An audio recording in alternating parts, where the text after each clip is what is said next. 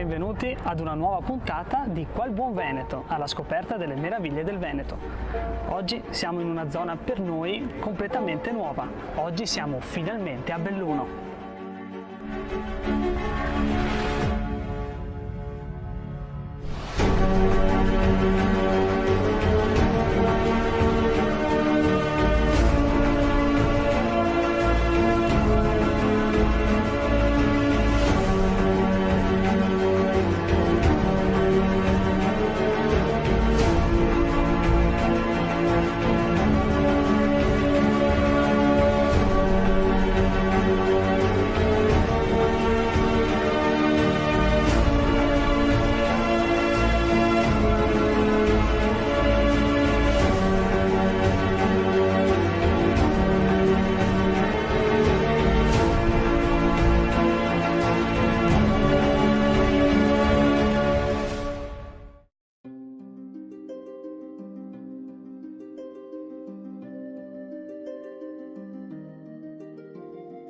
Belluno nasce costruita dai Romani intorno al 200 a.C., anche se in base ai ritrovamenti in questa zona la popolazione cominciò a abitare queste aree quasi 1000 anni prima. Queste zone videro il susseguirsi dei Paleoveneti, i Romani, i Barbari, i Veneziani, gli Austriaci, gli Italiani e entrambe le guerre mondiali. È molto interessante il nome Belluno, sembra che sia di origini celtiche, significa città splendente. Possiamo dire, avevano ragione.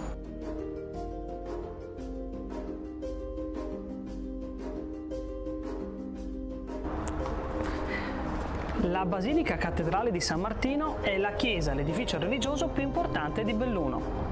La cattedrale, che è alle mie spalle, fu pensata e costruita inizialmente dal vescovo Felice II intorno al VI secolo.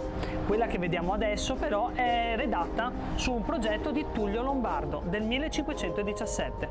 È interessante come la facciata, con mattoni a vista, risulti effettivamente incompiuta, mentre molto particolare di stampo barocco è il portale.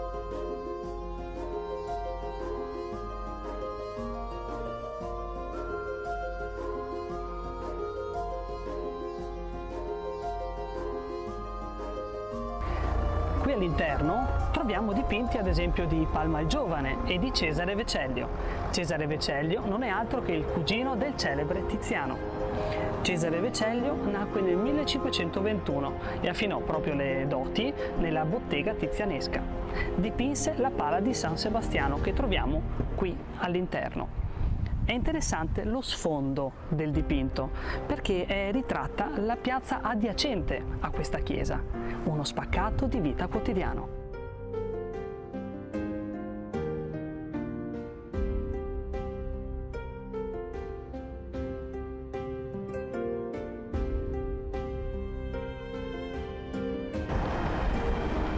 Dietro alle mie spalle la Porta d'Oiona, una delle 3 porte dell'antica cinta muraria di Belluno che si sono conservate fino ad oggi. La parte interna, chiamata Foro o Porta Mercato, risale al 1289, anche se è stata più volte rimaneggiata, mentre la parte esterna, che vedete adesso, è del 1553. Il nome che conosciamo oggi però non era il nome originale. Questo che conosciamo risale al 1609, dato in onore del vescovo Giorgio Doglioni.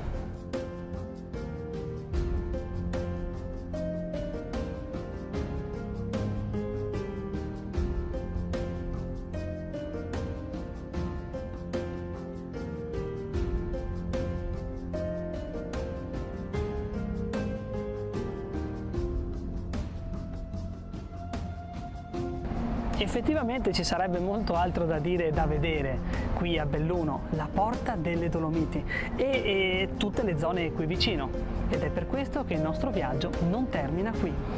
Non perdetevi la foto della settimana inviataci da Michela di Rovigo.